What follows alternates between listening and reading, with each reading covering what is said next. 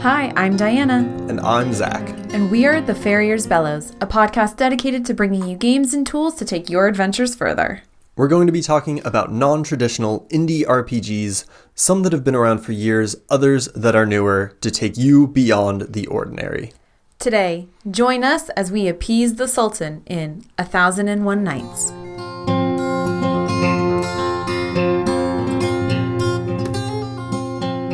Our first segment is the Call to Adventure. 1001 Nights is a game by McGay Baker. It was released in 2006 and again in 2012 and produced by Night Sky Games.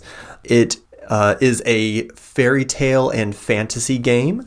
It is a gorgeous, pretty small, I would say, only about 60, it's a little over 60 pages with like this beautiful square trim and one of the most beautiful covers I've ever seen in role-playing games. I agree. It is a game of storytelling. In it, players are members of the Sultan's court, seeking to gain favor and navigate this maze of social power. To do so, they tell stories, magnificent stories of beasts and heroes, monsters and spirits. Do you want to make the Sultan's favorite astronomer look foolish? Make him play the cowardly sheepherd in your story of The Djinn and the Owl. You will be playing characters in this game. If you tell the best story, you will win the Sultan's favor, displease the Sultan, and you will risk your standing and your life. So, the way you play this game is that players take turns having their characters tell stories in the royal court. When your player is telling a story, you play the role of the GM and assign characters in your story to every other court character.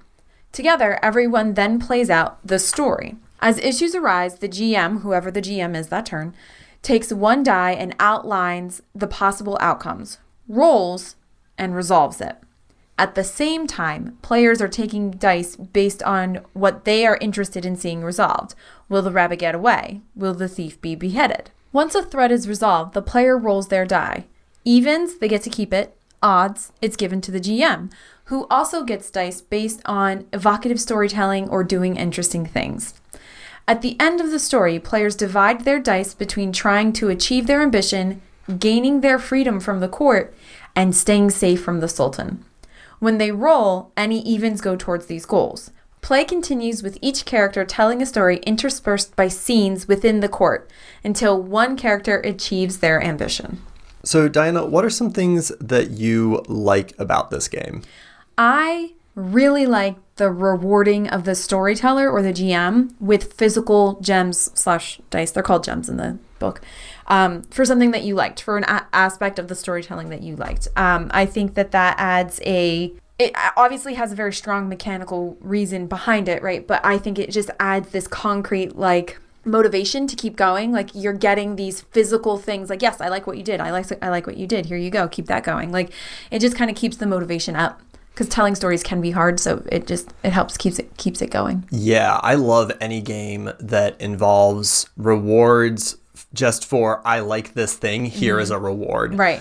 It states in the rules that you can give the GM a die for literally anything. If you as a player like the description, if you as your character like that they gave you a good roll and are making you look good, right, you can reward the GM for anything. And I totally agree. Anything that encourages you to be interesting in your storytelling mechanically is a good move in my book. Yeah, I agree. What about you? What do you like? I love that characters are created based on their senses. So your main characters are members of the court, and you lay out, I think, because there's 5 senses, right? Right. Is my brain correct? No, yes, there are 5. Well, there's more. In this game, there are 5 senses that you are identifying and building out. Mm-hmm. And you can take them literally or figuratively. So for your taste, you might say that you enjoy yummy food, or you might say that you have taste in fine clothing, like you have a taste for fine clothing. The ways that these make very evocative, engaging characters, it makes me so happy. So I played Danash al-Walid, the Falconer, and some of the things that I really liked was, for my smell, I smell like leather and raw meat. I was disgusted by boisterous and ostentatious talk. My feet are light on the ground. I barely leave footprints in the sand. And I like did all these things to evoke this like very like this person who is like a falcon in their role in the court. None of these things have any mechanical effect other than like how the court relationships work. It's really just to give yourself this like idea of who your character is. And I thought it was so very effective. I agree, and I really liked how it could be both literal or like more open-ended. I bring it up at literally every single time that we record for Farriers, but I sometimes struggle with creativity. Thinking on my feet is not always something I feel super confident with.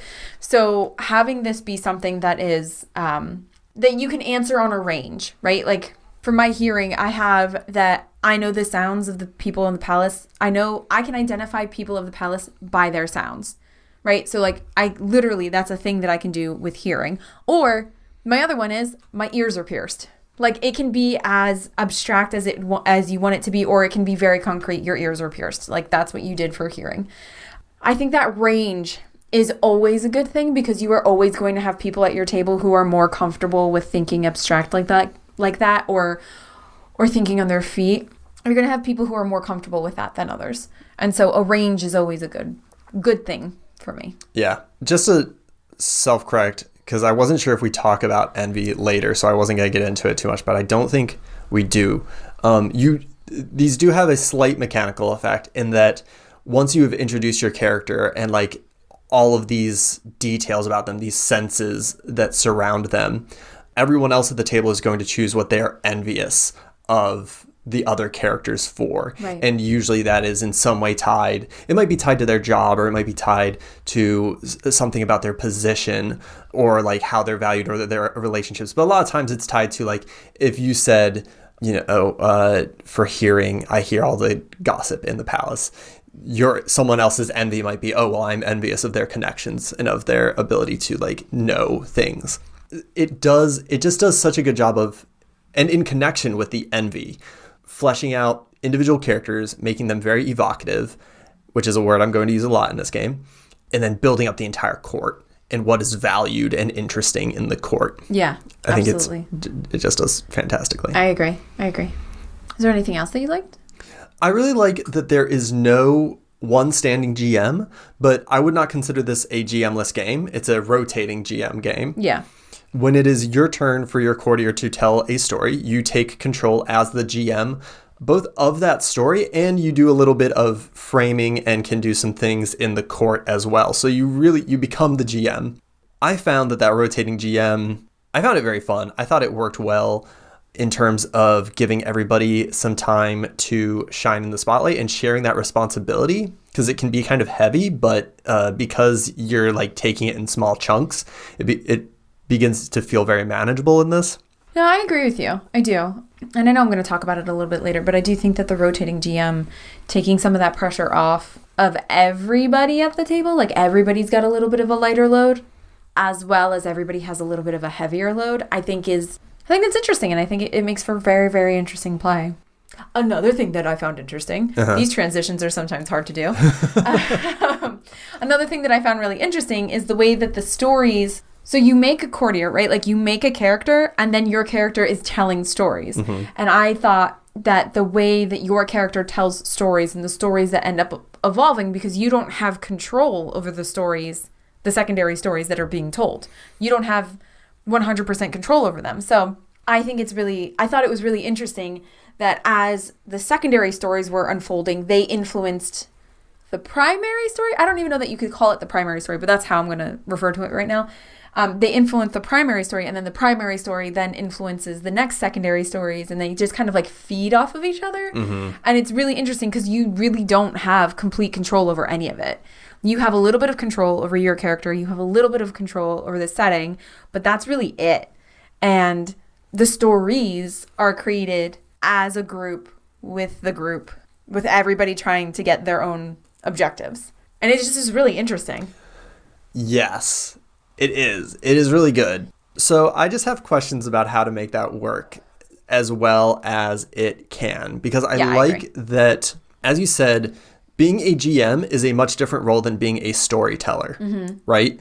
Because when you are a storyteller, you have an end goal in mind. You have a lesson that you want to impart.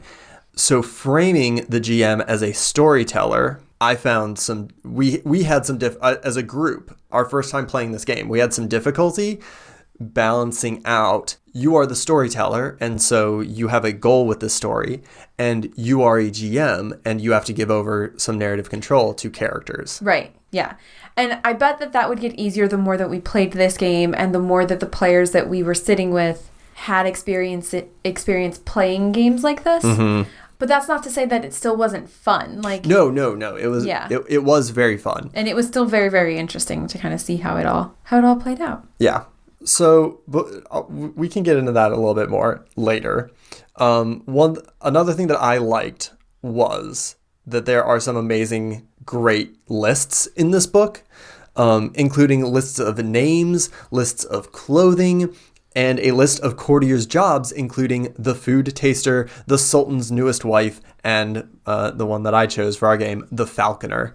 These are big, useful lists, not only allowing you to pull directly, but also to get kind of the gears turning and help you come up with ideas for what else to include. It has lists for every one of the senses when you're building your character. It has, Dinah, you are a big fan on this show of player support. I am. I really am. And lists. I am. And I thought this was an excellent example of a game that gives you everything you need to come up with ideas on your own or just take directly wholesale. I agree. And you make it sound like I just want to play a game where I just pick from forms. I want to be very clear. I'm trying to support my players who are like me and are very, very nervous about coming up with things on their own because everybody else around them is like these super creative geniuses. And I don't feel like I'm a super creative genius on my feet. I feel like I need a starting point. We'll talk about it later.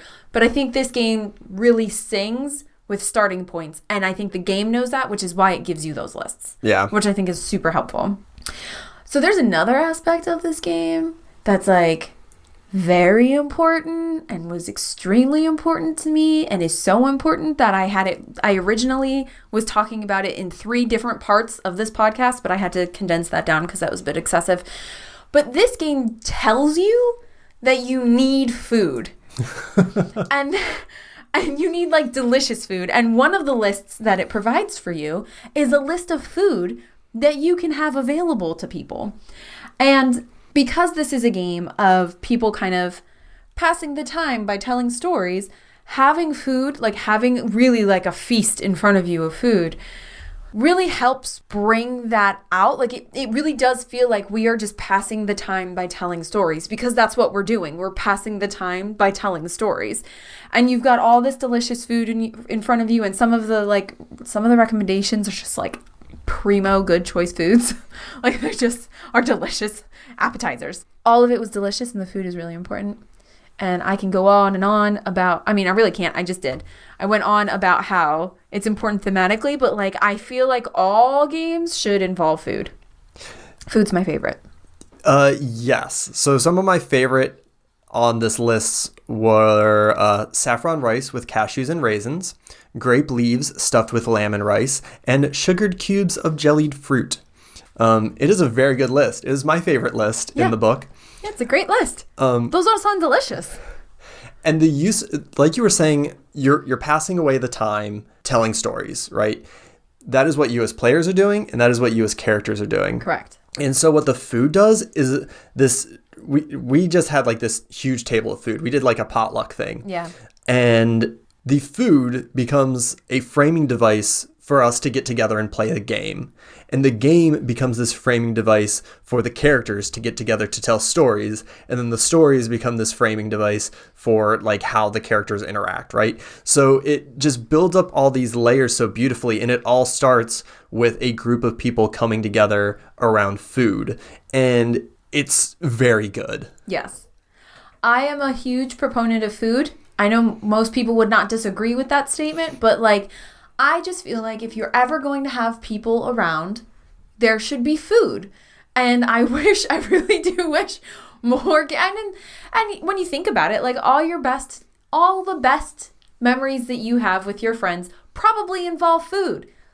More games should include food. That's the end of my statement. I'm just going to keep talking about food, so I'm just going to stop. Do your best memories with your friends involve food? Yeah. Popcorn in a movie, like where you're all talking to, right? Like, or ice cream. Those are your best memories? It's not about the food I ate. The memory's not about the food that I ate. It's just that when people gather, people tend to eat. Yeah. And it's when you're eating, you're not angrily shouting at each other. You are sometimes, but very, very rarely are you angrily shouting at each other.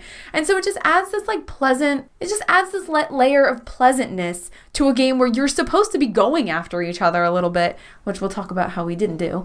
But I think the food just added a really nice layer to it, and I personally feel like my best memories are around food. I mean, think about it. Whenever you go to a party, like as an adult, one of the first places you start congregating is in the kitchen around the food. Food is important. I wish more games incorporated them in. Yeah.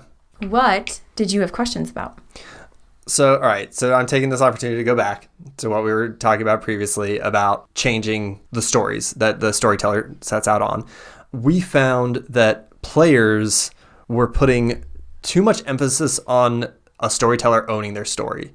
And then the storyteller ended up taking up too much space, too much narrative space, to the point that they became more than just a GM. So I think this is something that we got a little better at the end of our game than at the beginning. I think it's something that we would get better at as we played more. But if the storyteller is using their story to achieve their goals, how do we balance that with when they hand over characters to players and allow them to take control? Or is it a matter of just shared buy-in, where everybody needs to sort of be on the same page? Like if you and I are rival courtiers and I tell you that you take on the role of the foolish sheep herd, is it just a matter of you needing to buy in and think as a player and as the courtier, my role is the foolish sheep herd, so I have to play the foolish sheep herd, not, well, I'm a rival courtier and I don't want to be foolish, so I'm going to try to dig at your story a little bit. Right. Which story are you digging into? Which character are you digging into and buying into? Yeah. Right. We had some difficulty with that, but I think what this game requires of you is that you take on a traditional GM role when you are the GM. Even though the rest of the game is not very traditional, I suspect that it requires you to take on a traditional GM role when you are the quote unquote storyteller, and sort of like you set the framework, you give people their characters, and then you step back and you just play adversity versus trying to because when you're telling a story, you say, the character went here, the character did this. Right. And that's just not what you can do. Right. Because even though we tried to, when we were first doing this, we were like, when we first started playing this game, we were doing that, and it was difficult. I agree. And I know I'd said it earlier, but I think the more you play this game and the more the players themselves have experience playing games like this, if not this game, then I think that process would go a little bit faster. But you're right. It's hard to strike that balance between being a storyteller and being a GM, because they are not the same thing. They are I think, very, very different. While a GM is helping tell a story, right? Like a storyteller knows the story and is telling the story, whereas a GM is just helping to tell a story. And there's a difference. Yeah. And I think where it becomes confusing is that a storyteller is telling a story for a purpose. And in the framing of this game, you as a character are telling a story for a purpose. But when you are a GM, that doesn't work. Right. It's a little bit of navigating that space of ownership. We had some difficulty with, and I do think it's something that just gets better with playing this game more. But I wonder if there's a quicker route to getting there that we missed. Yeah, I don't know. How about you? One of the mechanics of this game is that you would take a die if you are interested in seeing how something works out, right? And you can take up to, I think, like 5 dice. You can have up to 5 dice in front of you. Yep. And so my question just is, and this probably has a pretty simple solution, but how do you, because if you can't remember why you took the die, you don't get the die. It has to go back. So how do you remember what those 5 things are without losing track of the story that's being told and your participation in it, right? Because if I asked a question, if I had a question early on in the story and then I focused in on the story and kept going, I promise you that Diana would forget what that die was. So when I was playing this game, I would take a die and I'd be like, remember what that's about, remember what that's about, remember what that's about. And then I would pay attention and then I'd be like, okay, remember what that's about, remember what that's about. So I kept like switching back and forth. And I mean, it probably is write it down, but then that feels like cheating because part of the mechanics is that you give it back. So I don't know that there's a solution to it.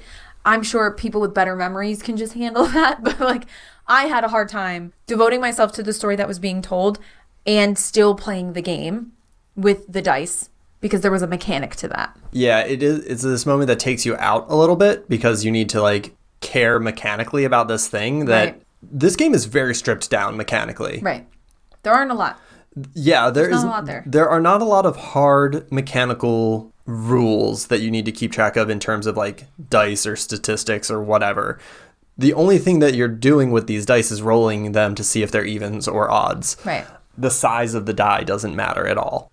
It does feel weird that at this moment, like when you're taking when you're taking a gem, when you're taking a die, it feels weirdly mechanical in that you're trying to game it. Right. And it can definitely take you out.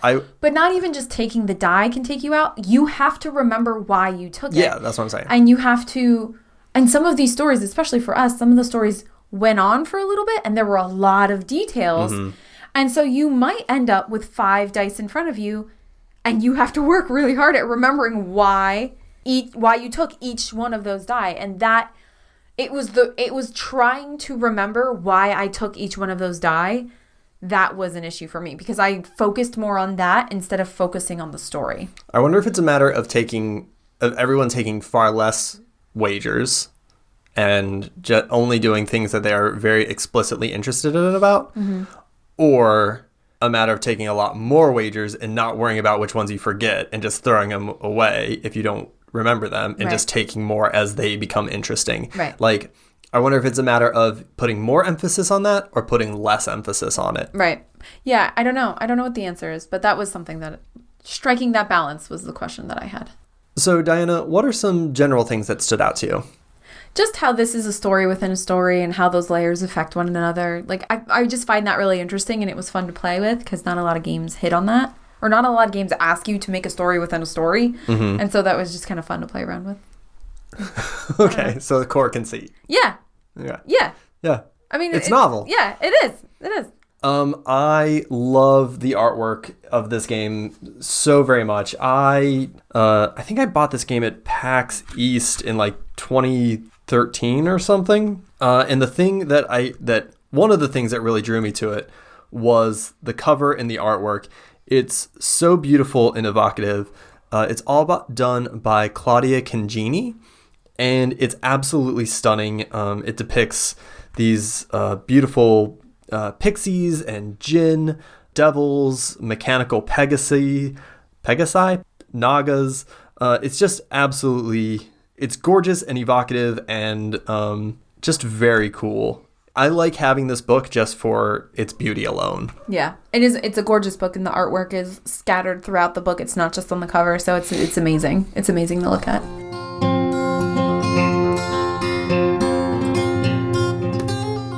I think it's time we approach the inmost cave. So the thing that I want to talk about with this game is setting and how this game evokes setting and makes setting interesting and important. Setting is this element that can vary wildly across the medium of RPGs. And it's one of the reasons that I love RPGs so much and reading RPG texts is in that variety that you can get with different sorts of literary elements, right? An RPG text can be a nonfiction rule book teaching you how to play a game. And it can also be this fictional setting or world or even prose, right? And it can be anywhere in between. So you have games that try to completely eliminate setting. You have games that try to make setting an integral part of the game. And it can, in some ways, be hit or miss. Some games work well without a specifically tied setting. And I like having the freedom of having the framework of rules that I can apply to any setting that I find interesting. But I also love the way that games that are closely tied to their settings are able to pull everything together to make this very tight, concise, and specific world for you to engage with. I tend to find that games that are more specifically tied to their setting are more prosaic, are more interesting to read, are more engaging to me as like a lover of fiction. And I think this game does that fantastically. This game is dripping with setting and style, defining characters by the senses, presenting the dice as thematically gems. The dice really, like we said, barely matter as long as they are pretty. The attractiveness of the dice is probably more important for this game than the dice themselves. In fact, you could probably easily just play this game with very pretty coins, and now that's exactly what I want to do after realizing that. Just get like a bunch of they have like those fake fantasy coins. Just get a whole bunch of them. It'd be so pretty, and the sound and the feel would be so good. I mean, yeah, I'm not. You don't have to buy things if you already have a dice set. You don't have to buy more things to play this game. Yeah, but I want to be really extra and go real hard. That's true. But you definitely could, because it's just evens and odds. So you could play this game with coins. You don't need die for the gems. Something that I've always loved about Mackay Baker and Vincent Baker's games are that they are always so deliberate and interesting in the voice and tone of the text. Siren, Murderous Ghosts, Apocalypse World, 1001 Nights. The tone of the game is directly tied to the setting, directly tied to the emotion that they are trying to evoke in the player. The word choice is deliberate. The tone and voice is very deliberate.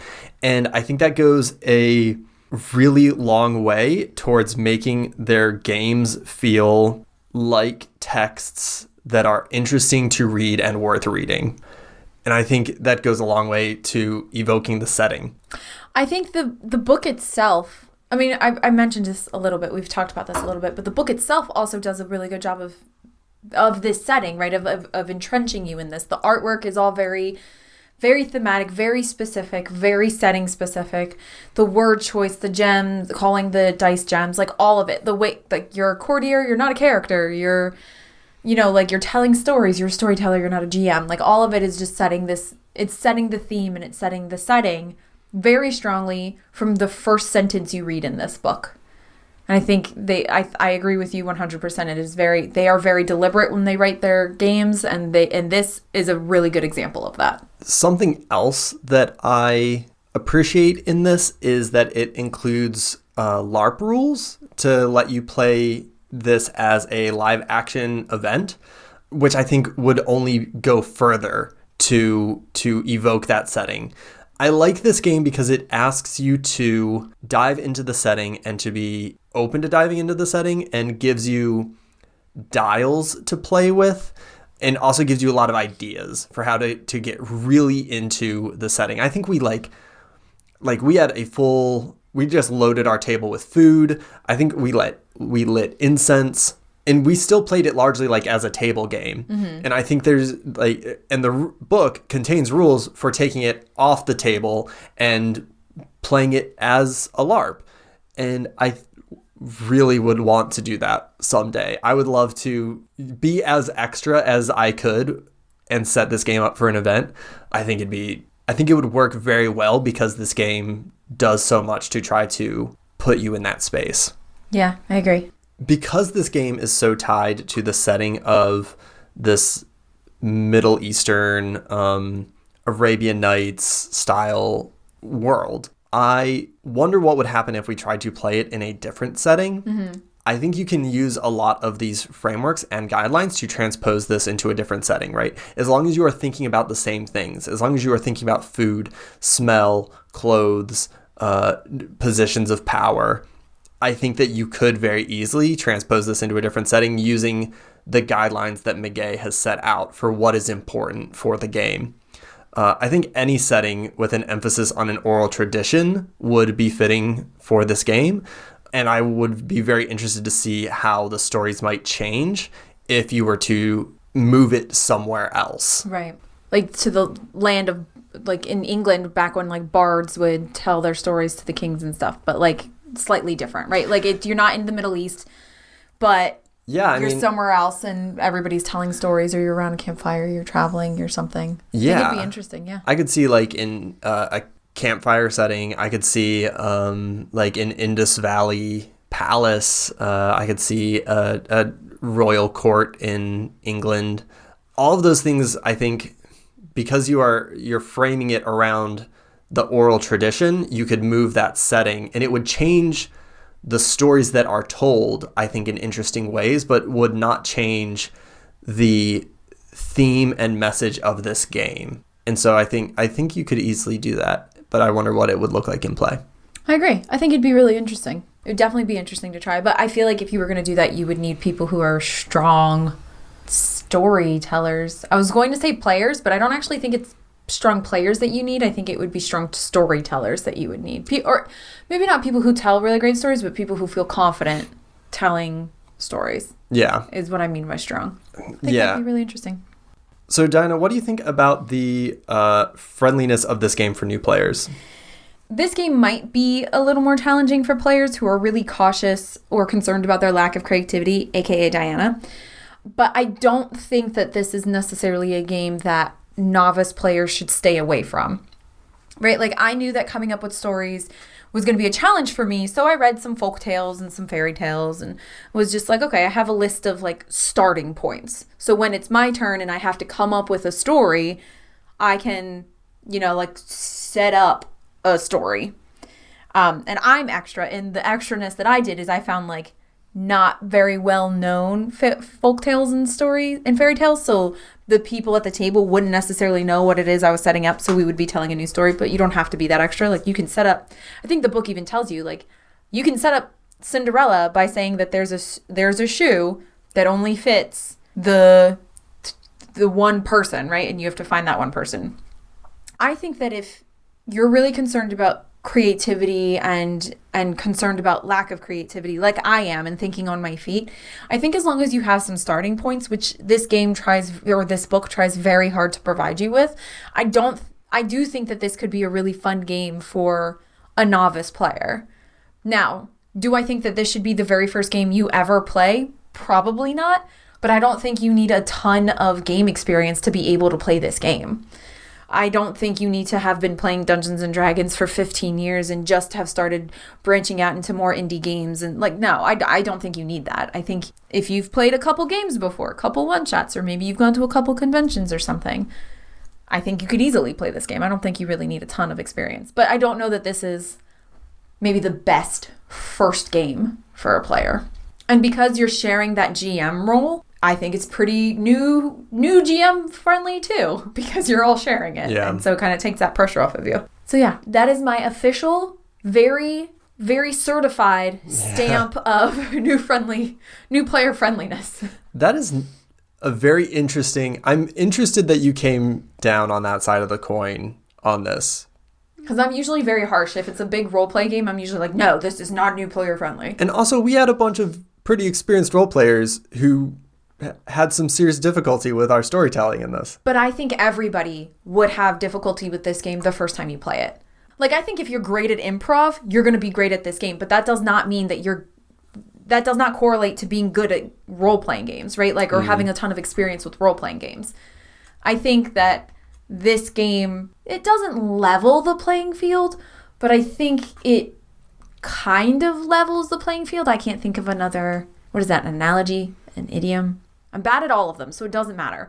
I think that this levels the playing field, she says for a third time, because I think it is hard. It's not a hard game, but it's not the easiest either. Like, coming up with those stories and seeing where the stories go. And the very first time you play it, I feel like everybody's going to have some difficulty with it. And the more that you play it, obviously everybody at the table gets better at it. Yeah, it is not mechanically demanding, but it is pretty narratively challenging. But the table is sharing that narrative, which is why I think that it is safe to bring new or newish players to the table. And I also wonder if newer players approaching this game would be more chill about it, which is something that I think this game would heavily benefit from. Right. I think this game benefits from approaching it in a very relaxed way, unconcerned with getting everything exactly right and getting like every perfect story beat. I think this game probably works best, and I would like to test this and see, but I think this game probably works best when you come together to tell a bunch of stories and relax and play characters telling stories versus what we in our group often do, which is come to try to tell a really great story using a role-playing game. Right. You know what I mean? Yeah. And there is a difference there. But that's why I think that this levels the playing field, I say for a fourth time. There are better ones. I know there are better ones. Somebody please tell me what they are. I don't know what they are. But I think it... Don't say it again. Do not say it again. I think that this game helps everybody play at the same type. Terrible. We must move on.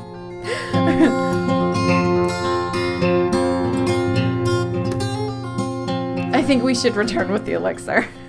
So now, what are some other books, movies, games, other media that you think would inform play? Aladdin. Okay. I know that's like obviously the very first one that comes to mind, right? But Aladdin is a story within a story. Is it? Do you think Aladdin is the first thing that comes to mind when you think of the game 1001 Nights? We're recording this. Which means that I can't murder you because there will be evidence.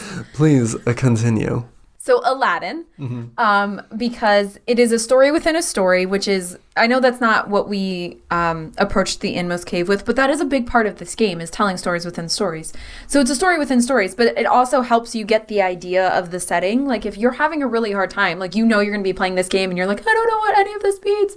Like just, put on Aladdin, listen to some Robin Williams, sing some songs, and then you'll be like, got it. I got it. I know what I'm doing. Telling some stories. I mean, there's no reason that you couldn't tell the story of Aladdin in 1001 Nights. No, because there isn't any reason why you couldn't do that, because Aladdin is a story in the collection of Middle Eastern folktales 1001 Nights. This game is not that collection. No, it's not. This game is something different. So you can tell the stories that are in 1001 Nights. I don't know why you're being so antagonistic with me about this. I am trying to provide examples that will reach a greater audience than you and your niche-ness nonsense. Your niche nonsense. My niche nonsense. I'm trying to expand people. Now I'm like fired up about the end of this podcast. What is something that let me guess, 1001 Nights? Yes, the collection 1001 Nights of Middle Eastern folktales, the classic piece of literature, is going to be a valuable resource both for story ideas, such as the very well-known story of Aladdin, as well as setting inspiration. I think both Aladdin specifically, like the Disney Aladdin, and the collection 1001 Nights, also lead to the conversation that this game is very tied up in imagery, real or imagined, of a Middle Eastern setting. And I think that is something that is important, that as you are approaching this game, that you are being very aware and being very intentional with the ideas and tropes that you are playing with, and acknowledging that this is a fantasy setting that is based on both real world stories, real world architecture, real world people, as well as the sometimes very racist exoticizing of those real people are coming together, and such as what Disney did with Agrabah, right? This exoticized ideal of the Middle East. And that you are playing with all of these sort of tropes, and that if you are doing that, you need to be aware of it, and you need to be intentional and careful, and make sure that everybody is on the same page and everybody is working together to be respectful and intentional, and understand that this is a fantasy setting that is drawing on real world people.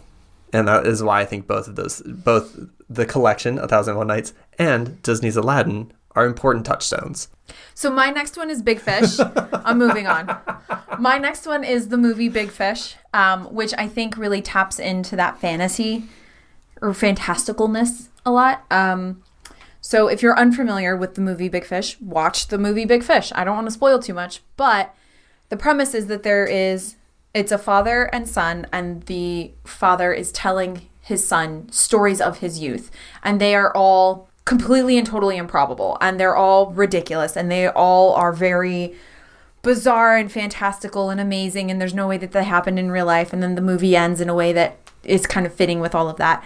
But I think Big Fish does a really good job of, again, telling stories within stories, but the setting, the importance of the setting, what the setting can be, how the setting can change, and how the setting influences the stories that you tell. So some of the stories that this father tells is when he's in a circus. And so a lot of the things that are outlandish and ridiculous might not be so outlandish and ridiculous because it was a circus in the 1940s, right? So there were like freak shows and bearded ladies and swallowing swords, right? Like, so all of these things could have happened, but also didn't because it's fantasy. I don't know. I'm going a little bit off on a tangent here, but I think setting is really important, and this movie does a really good job of showing the importance of setting. Yeah. And the story and how that influences the stories that you tell. Yeah, I agree.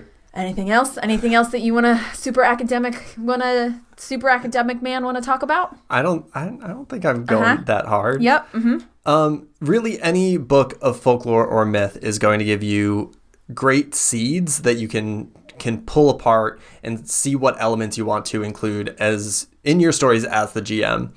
Any collection of folklore or myth.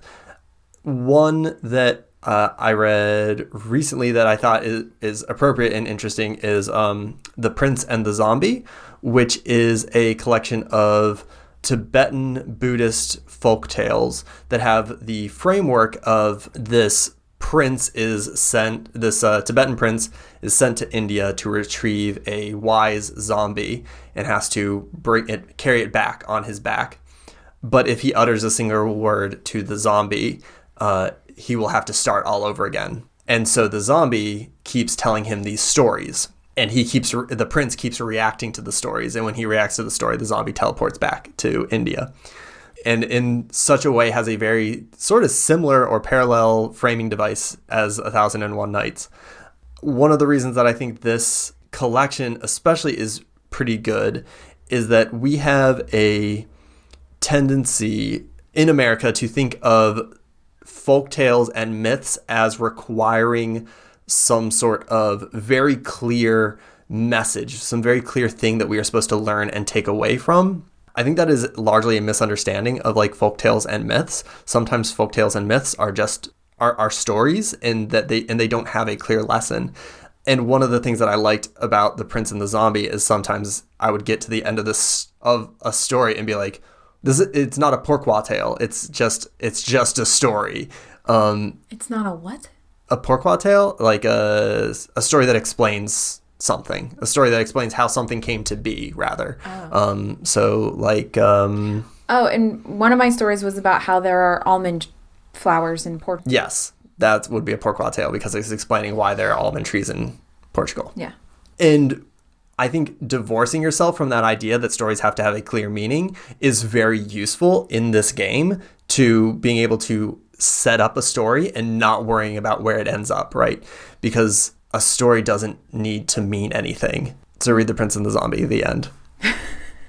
The last recommendation that I'll make is the movie Alex and Emma, because I love rom-coms.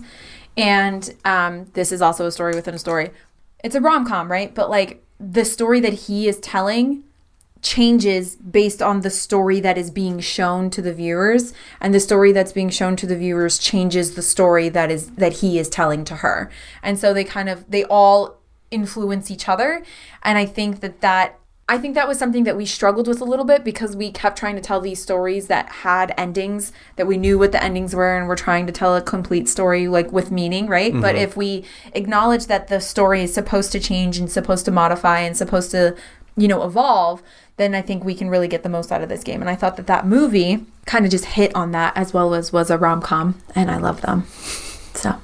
Oh. What is a story that you would like to tell with this game? One where the characters were more backstabby.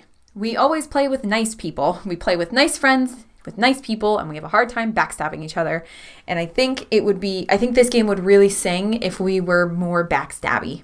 Really? I do. I think if you were more, like, especially when you're telling when somebody else is telling a story and you're participating in it, I think it would be much more interesting to see how the story evolves when you're in it for yourself. And you're thinking about how, well, me playing this character in this story is going to gain me favor with the Sultan and let me gain as much favor with the Sultan as possible, as opposed to let me help this person tell a really good story. I think if you're a little bit more backstabby, it might be really fun. What about you? I already said this, but I mean, this game is a game about telling different stories, so I don't think there's really a specific story that I want to tell. I think I would want to play this game again in an environment that was actually much more relaxed and much more chill and just lazing about telling stories and trying to emphasize that tone in our game day. The only other kind of version of this game that I think would be interesting to play is if we all agreed beforehand that the stories that we were telling all had a very similar theme, right? And everybody knew going into that we were going to be playing a certain theme. So my only example is romance, because I would not want to play a version where you told only sad stories or you told only scary stories. I wouldn't want to participate in that, but you could. You could participate in that. But I think it'd be interesting to play a game where everybody's story centered on romance in one way or another, or centered on some tragedy in one way or another. Do you just want to play some romance games for a little while? Me, Diana? I noticed that. I feel forever. I feel like romance is a recurring theme in this section. Romance has been a recurring theme in Diana's life since she was 13 and discovered romance novels. So I think, and even before that, the stories I consumed, I just love romance. That's a Diana. This is a Diana tangent and not a Ferrier's Bellows tangent. Maybe we'll get some romance games in. Maybe we will.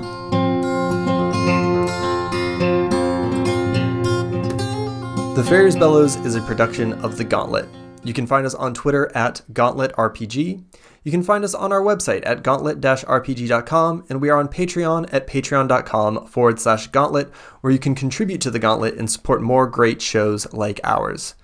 You can also make sure to check out the forums at forums.gauntlet-rpg.com, where we have a thread for every Ferrier's Bellows episode, and we would love to hear from you.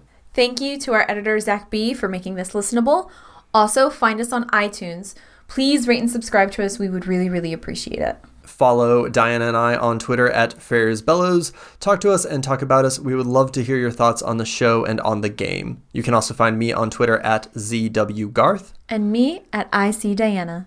Until next time, you cannot dream yourself into a character. You must hammer and forge yourself one. Remember to always fight towards your ambition.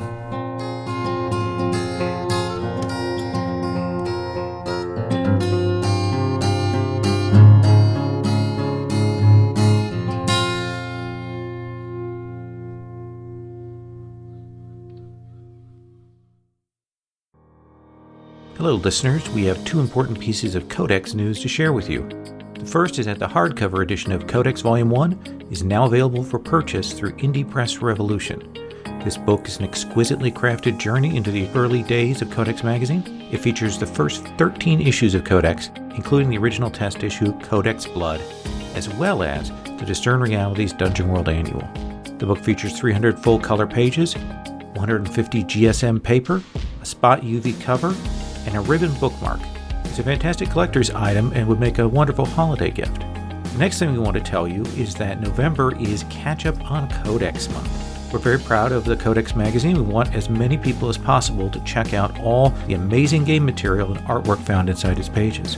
With that in mind, anyone who pledges $6 or more to the Gauntlet Patreon in November will get the first 4 PDF issues of Codex Volume 4 as part of their pledge. That's Codex Melancholy, Gold, Childhood, and the newest issue, Void. These are easily 4 of the best issues we have ever produced, and you can get them all for a single pledge in November. And you'll get a new issue of Codex every month so long as your pledge stays active. So please check out the beautiful hardcover Codex Volume 1 book and the Catch Up on Codex Patreon special. We'll have links in the show notes.